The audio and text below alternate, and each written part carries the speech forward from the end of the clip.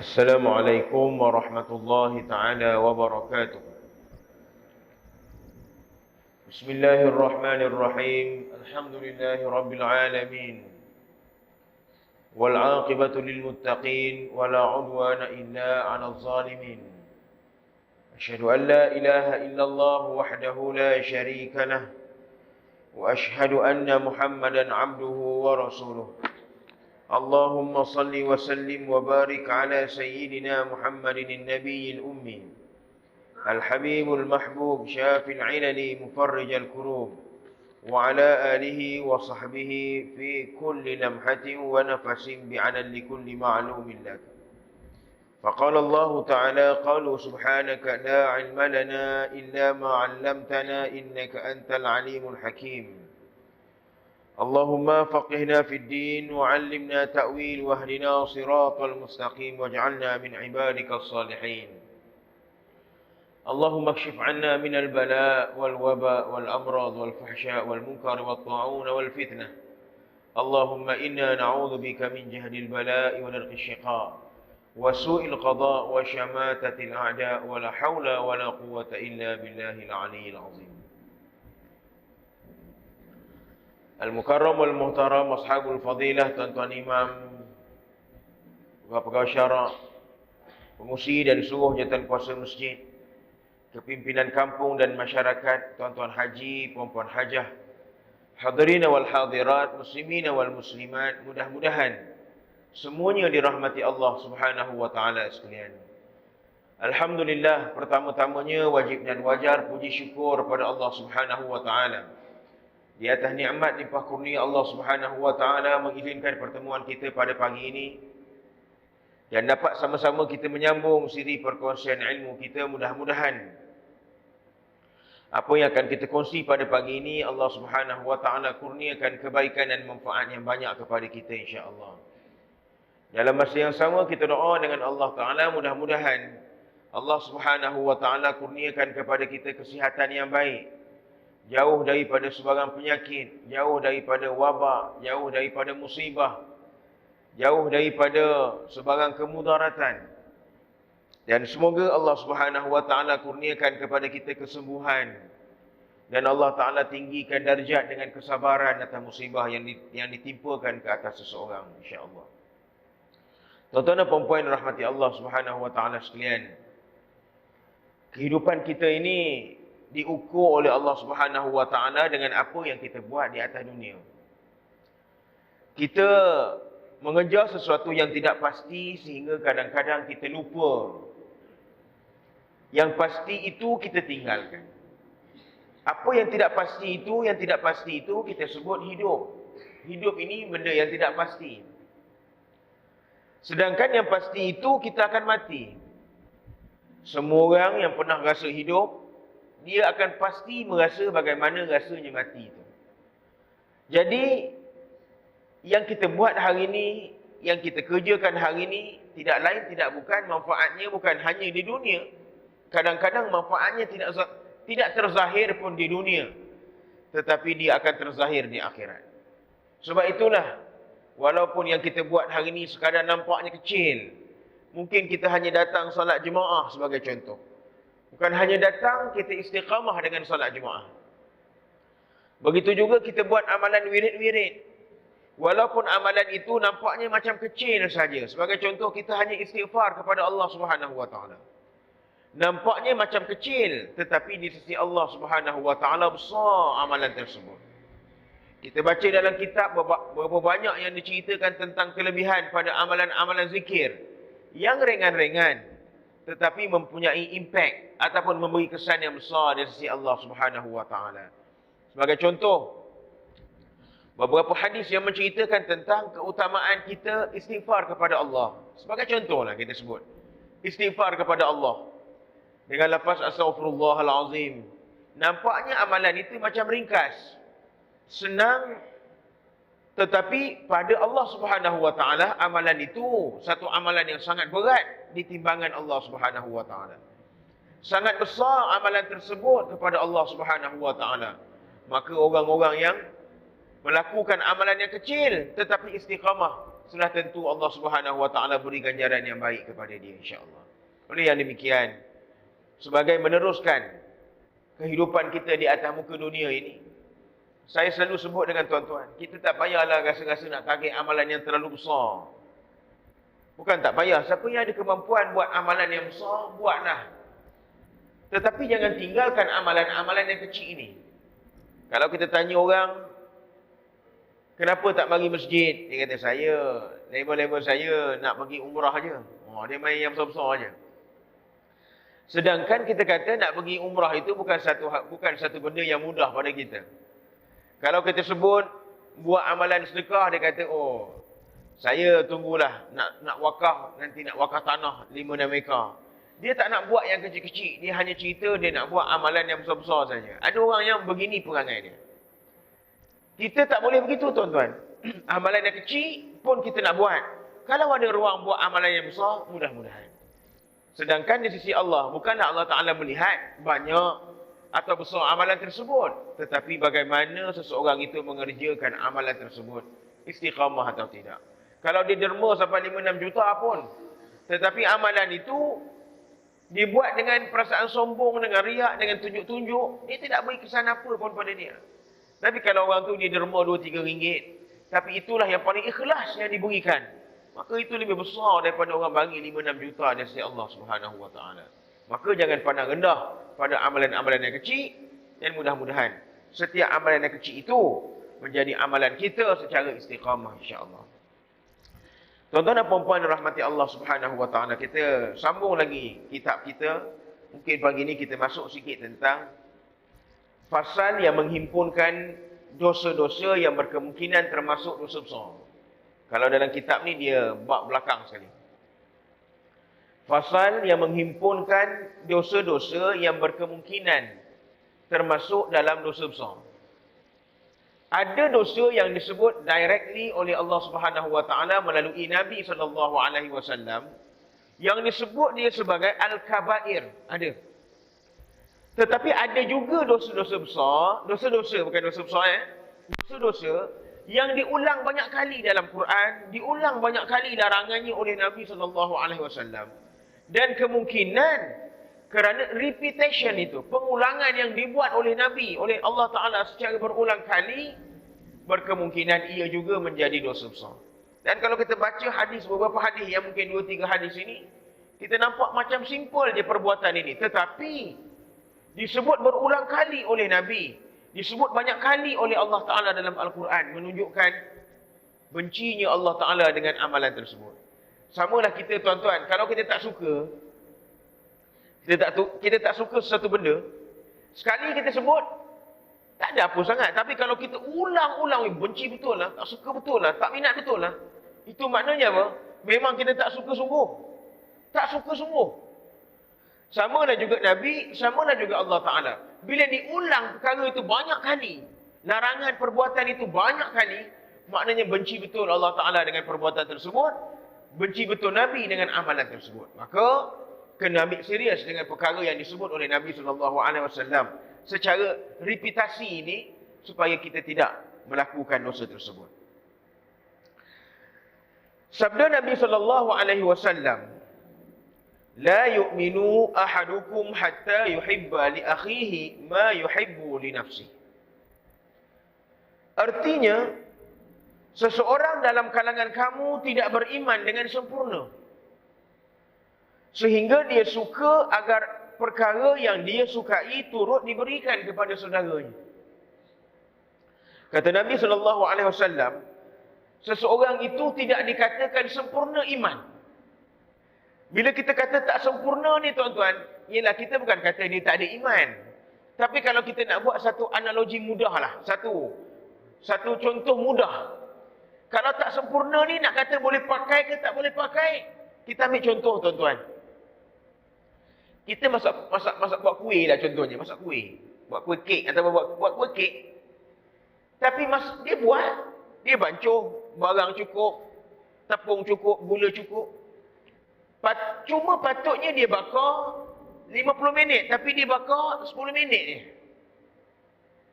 Jadi kek tersebut dia tak sempurna naik dia, tak cantik. Boleh makan ke tak boleh makan? Tak tahulah kalau kita jenis makan kek mentah. Kalau kita buat kari daging pun, cukup karinya, cukup santannya, cukup rempah ratusnya. Daging pun bukan daging kotak, daging fresh. Tapi bila kita masak, patutnya nak empukkan daging 30 minit. Kita kata tak payah lama-lama, masak 5 minit, 6 minitnya.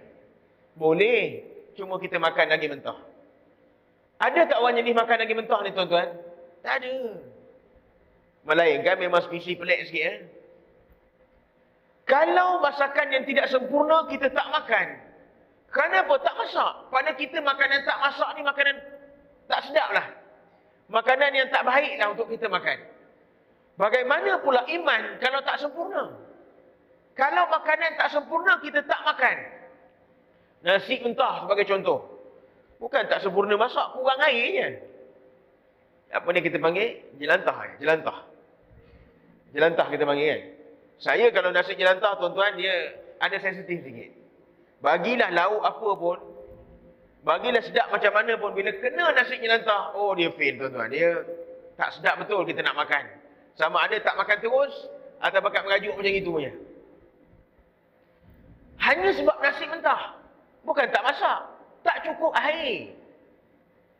Bukan beras. Nasi tak masak pun kita tak makan. Kalau kita makan dengan lauk yang sedap pun, dia jadi tak sempurna makanan itu.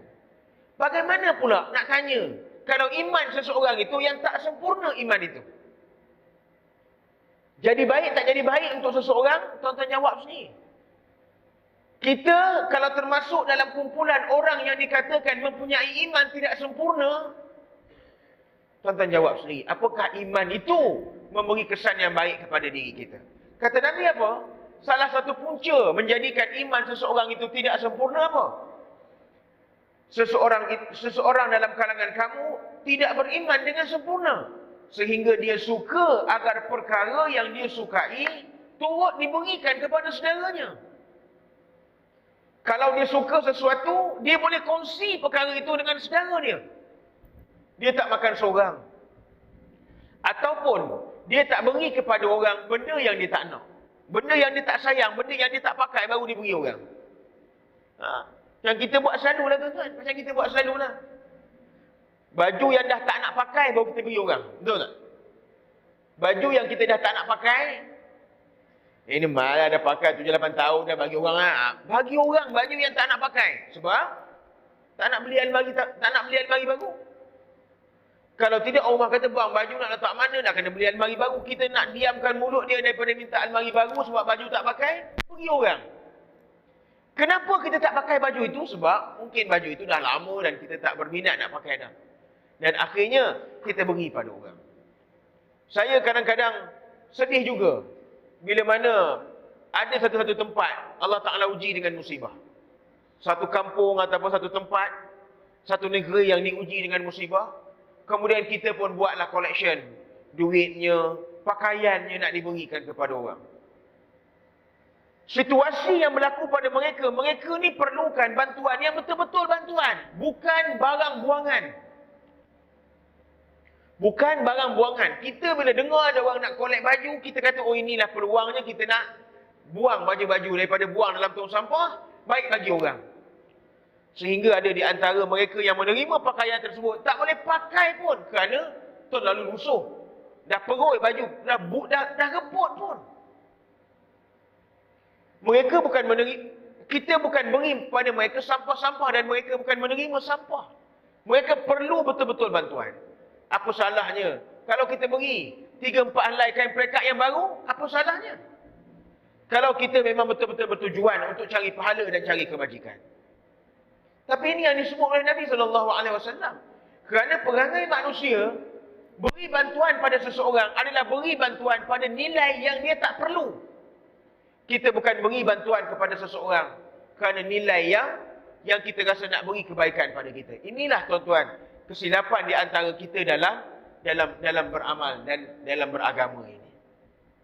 Sebab itu tuan-tuan, bila mana kita lihat kekuatan agama Islam itu, dilihat bila mana orang Islam boleh sacrifice, boleh korban kepada saudaranya sebagaimana dia korban untuk dirinya.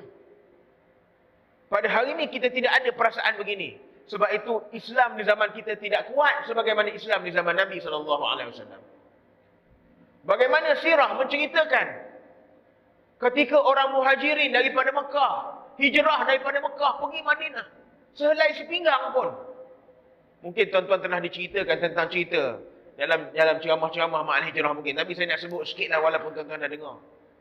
Orang muhajirin meninggalkan Mekah sehelai sepinggang. Yang kaya di Mekah, miskin bila mana di Madinah. Kerana harta tinggal di Mekah.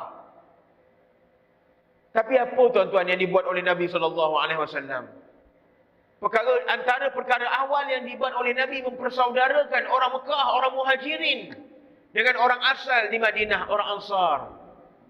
Bagaimana orang Ansar ini tuan-tuan, yang tak pernah kenal pun orang muhajirin, tak pernah jumpa pun orang muhajirin, tetapi diterbitkan dalam hati mereka perasaan sayang, luar biasa sayangnya.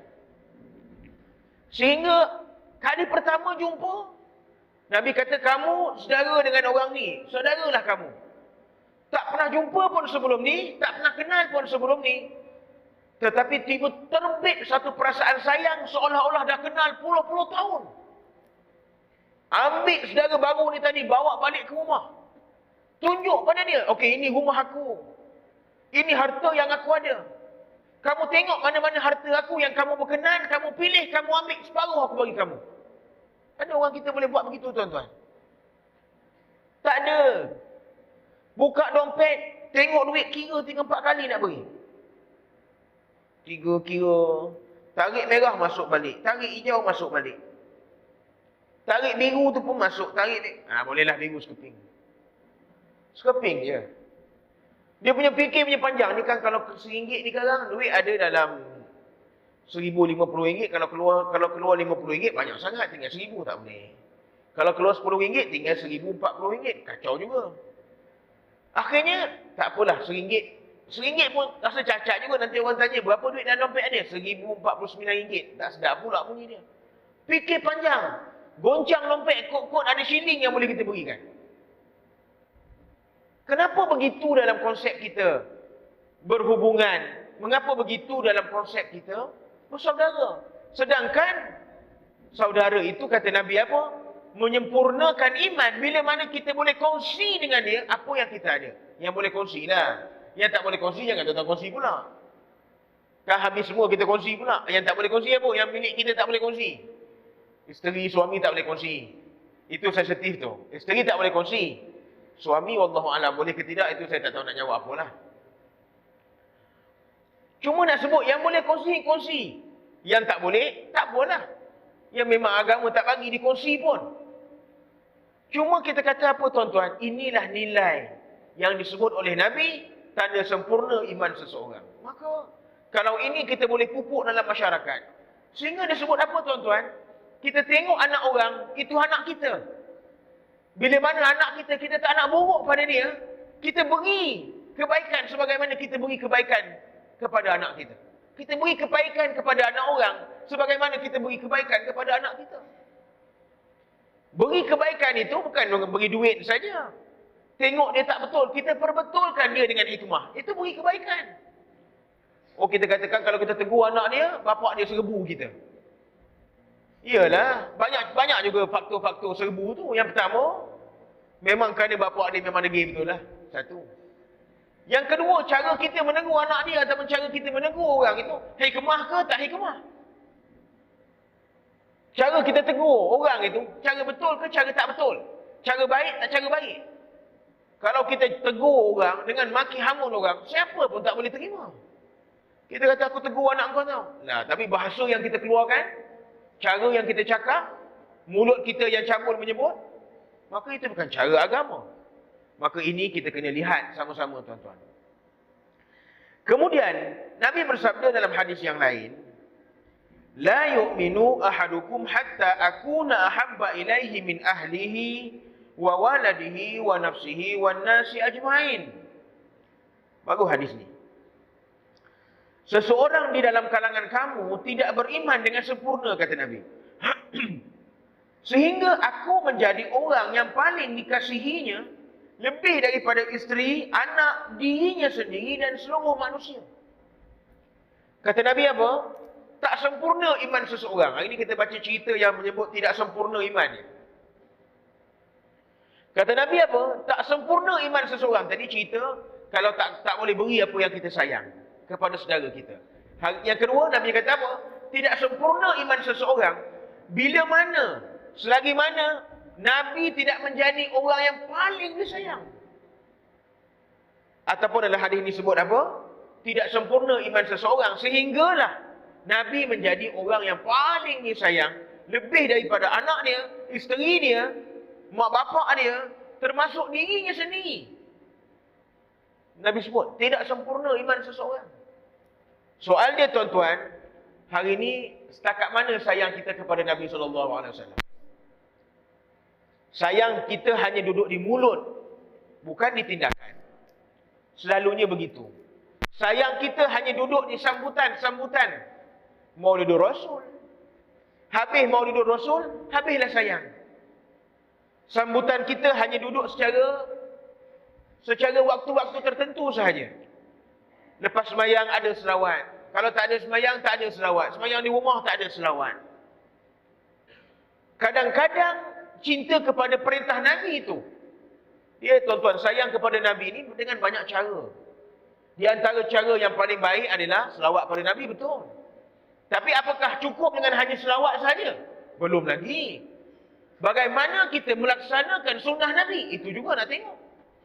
Kemudian, bagaimana kita menurut segala titah perintah yang diarahkan oleh Nabi, yang disuruh oleh Nabi, kita buat. Dan bagaimana kita berpegang kuat tentang larangan-larangan yang Nabi larang kita buat. Ini tidak. Baru kita diduga sikit dengan anak, dengan isteri, pun kita dah lari daripada Nabi SAW. Sebagai contoh, Nabi sangat suruh kita untuk melakukan ibadat di masjid, sebagai contohlah. Suruh, gesa kita. Ini kita dah siap-siap nak pergi masjid, ada kuliah maghrib. Dah siap-siap dah ni, nak pakai elok, pakai ketayak, pakai kopiah dah, pakai jubah dah. Dah siap tengah ambil kunci motor, tiba rumah tanya, abang nak pergi mana? Pergi masjid lah. Kata malam ni nak pergi pasar malam. Dah janji daripada minggu lepas dah, malam ni nak pergi pasar malam. Tak boleh, malam ni ada kuliah kat masjid. Dia tak cakap apa tuan-tuan, isteri kita pun tarik muka. Apa jadi pada suami dia tadi? Kopiah buka, jubah buka, pakai t-shirt, pasar malam pergi jam malam tu. Baru sikit diduga oleh Allah Ta'ala dengan isteri. Dia sudah mengenepikan suruhan Nabi SAW. Tiba-tiba kata dialah antara orang yang memperjuangkan sunnah Nabi SAW. Sebab itu, saya selalu sebut, saya bukan tidak bersetuju dengan orang yang, hari ini kalau kita lihat keberanian orang Islam sendiri, bukan orang kafir saja. Keberanian orang Islam sendiri pun sampai sanggup menghina Nabi SAW. Sampai sanggup menunaikan ibadat yang diajar oleh Nabi dengan cara yang pelik. Baru-baru ni viral lagi. Dulu dah viral sekali. Satu orang pergi Mekah yang dulu, yang lelaki jadi pakai perempuan dulu. Yang baru ni, yang perempuan pula jadi lelaki. Kita cakap kalau buat kat masjid kita, pun kita naik hantu juga. Ini buat di Masjidil Haram. Berpakaian begitu di dalam masjid yang paling mulia, tempat yang paling mulia di atas dunia. Oh berani, berani betul tuan-tuan, sehingga mencabar-cabar Allah Subhanahu Wa Taala. Kita marah tak? Kita marah. Ada orang kata apa kata kita buat demo, kita protes. Hai, saya minta maaf lah tuan-tuan. Kalau hanya sekadar demo, tunjuk perasaan, tetapi lepas daripada itu tak jadi apa pun. Saya pernah ada orang ajak kita tunjuk perasaan tentang penghinaan kepada Nabi. Orang yang datang demo ramai, bagus, menunjukkan marahnya kita bila mana Nabi kita dihina. Tak lama lepas siap-siap demo, orang azan. Yang demo tadi pakat-pakat dengan azan, start kereta, start motor balik. Depan masjid tu. Kecintaan kita kepada Nabi bukan kita protes bila mana orang hanya hina Nabi. Ya, kita marah. Bila mana Nabi kita dihina, kita marah. Tetapi, sayang kita kepada Nabi perlu diterjemahkan dengan bagaimana amalan kita mengikut amalan Nabi. Sahabat-sahabat Nabi telah terbukti mencintai Nabi dengan amalan Nabi. Satu riwayat menyebut Abdullah bin Umar radhiyallahu anhuma. Abdullah bin Umar, satu orang sahabat yang betul-betul di bawah tarbiyah Nabi, yang ikut Nabi, yang bersama dengan Nabi dalam banyak keadaan. Bila mana Nabi dah wafat, dia muda lagi, dia hidup lagi. Satu hari dia berjalan bersama dengan seorang anak murid dia. Dia berjalan dengan seorang anak murid dia. Kemudian lalu di satu kawasan lapang ketika itu. Di kawasan padang pasir, kawasan itu lapang. Tiba-tiba Abdullah bin Umar bersama anak murid dia tengok Abdullah bin Umar ni berjalan di kawasan lapang itu dengan cara yang pelik. Berpusing-pusing di satu kawasan, berpusing-pusing di kawasan lapang. Kita tuan-tuan, kalau tiba-tiba satu orang berjalan-jalan kaki sampai tengah padang dia pusing, apa kita pandang? Apa benda Pak Haji tu? Tak sihat nampaknya. Takkan overdose dia ketum pula. Jadi kita fikir macam-macam lah. Tiba-tiba berjalan, pusing, tak pasal-pasal. Dan bila mana dia berpusing-pusing itu, sampai di satu tempat, dia tunduk kepala, kemudian dia bangun, dia pusing lagi. Sampai tempat tu, dia tunduk, dia pusing lagi. Sehingga perbuatan ini dilihat oleh anak murid dia pelik. Apa benda lah kamu buat ni? Pelik nampaknya. Maka dia tanya kepada Abdullah bin Umar. Apa yang kamu buat ni? Dia kata. Apa yang sedang kamu buat ini? Maka kata Abdullah bin Umar, dia kata, dulu dia kata, aku pernah bersama dengan Nabi di sini. Aku pernah bersama dengan Nabi di sini, dan sebelum ini, di tapak ini ada sebatang pokok. Di tapak ini ada sebatang pokok yang mana dahan banyak. Dia kata, aku duduk dengan Nabi, menambat kenderaan kami ketika itu, menambat binatang yang ditunggang oleh mereka. Bila mana ditambat binatang tu, dia kata tiba-tiba binatang tu berjalan berpusing-pusing. Maka Nabi SAW berpusing-pusinglah mencari binatang yang ditambat itu tadi untuk naik dan balik. Dan dia kata bila mana Nabi mencari binatang dia yang telah ditambat ini, ada satu dahan pokok yang agak rendah, yang bila mana Nabi nak lalu, kena tunduk. Kerana dahannya itu mengganggu dan boleh tersangkut kepala Nabi kalau Nabi tak tunduk. Aku berada di situ, kata dia, dan aku melihat perbuatan Nabi. Sekarang dia kata Nabi dah wafat, pokok tu pun dah tak ada. Tetapi kerana sayangnya dia kepada Nabi, dia ingat apa yang Nabi pernah buat. Walaupun itu hanya perbuatan Nabi, kerana peristiwa itu, dia tetap buat kerana sayang, cinta dia kepada Nabi, tuan-tuan. Itu contoh orang sayang Nabi. Buat apa yang Nabi buat. Tinggal apa yang Nabi tinggal. Kita tidak. Kita sayang Nabi dengan tunjuk perasaan. Itu bukan cara agama. Itu bukan cara yang disuruh oleh Nabi SAW. Sedangkan Nabi SAW kata apa? Bila mana orang maki kamu, jangan jawab. Dalam peristiwa Nabi duduk dengan Abu Bakar As-Siddiq. Mari satu orang perempuan kafir maki hamun Nabi. Nabi diam. Kemudian maki hamun Abu Bakar. Abu Bakar diam. Tak jawab apa pun. Kerana kata Nabi apa? Malaikat tolong jawab untuk kamu. Itu agama aja. Itu yang diajar oleh Nabi. Kalau kita sayang Nabi, begitu. Ditambah dengan selawat kepada Nabi SAW, tanda ingatan kita. Kita sayang isteri kita, nama isteri kita disebut berulang kali satu hari. Ulang-ulang sebut. Kita sayang Nabi, banyak mana nama Nabi yang kita ulang sebut satu hari? Banyak mana nama Nabi yang kita ulang sebut satu hari? Ada 10 kali, ada 20 kali, ada 30 kali. Kalau kita baca riwayat, ada sahabat-sahabat, ada para alim ulama, ada golongan-golongan yang kita sebut ulama-ulama, selawat kepada Nabi SAW sampai puluhan ribu kali pun satu hari. Itu baru di antara tanda-tanda ataupun sebahagian daripada tanda-tanda menzahirkan cinta kepada Nabi SAW. Nak sebut tentang pengorbanan kita kepada Nabi, apa pengorbanan yang kita buat kepada Nabi? Tak ada. Nak dibandingkan dengan mereka-mereka yang lain lebih hebat pengorbanan itu. Maka, bagaimana kita nak menyempurnakan iman kita dengan membuktikan sayang kita kepada Nabi SAW? Ini yang kita nak kena buat pada hari ini. Antaranya apa, tuan-tuan? Pegang sunnah Nabi, pegang betul-betul.